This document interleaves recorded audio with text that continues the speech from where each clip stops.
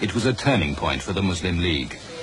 I remember distinctly that after every meeting, I used to give him a sort of resume of what was happening, and then he would ask me, well, what is Mr. Gandhi doing?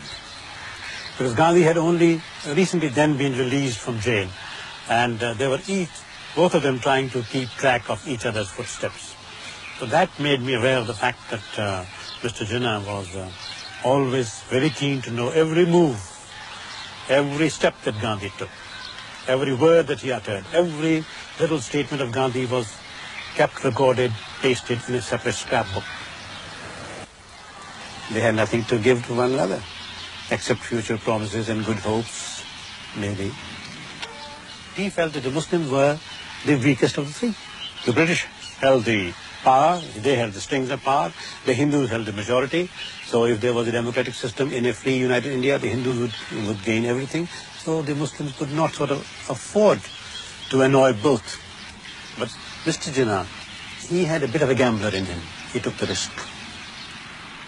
This fact that the Muslims were represented by the Muslim League, and that the sole authoritative representative body of the Muslims of India was the Muslim League.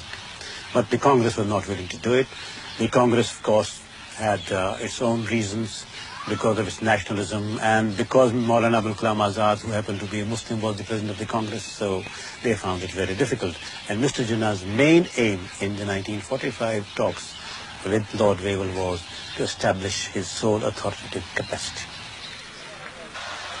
There's no doubt about it. At that time, the atmosphere was it had swung very much in favor of Mr. Jinnah as far as the Muslims were concerned.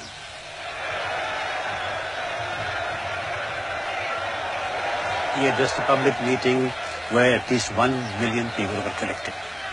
The Muslims wanted to come and see him, and just to see his face. They knew what he was talking without understanding. I think they had established sort of a wavelength. He was waiting. He was waiting because he was not sure whether the British government were prepared to disclose their hand. He had to wait because he was not sure of the Congress. And of course he had to wait because if he called his hand too early, he could have just exposed himself. Or if it was too late, then it would have been just too late.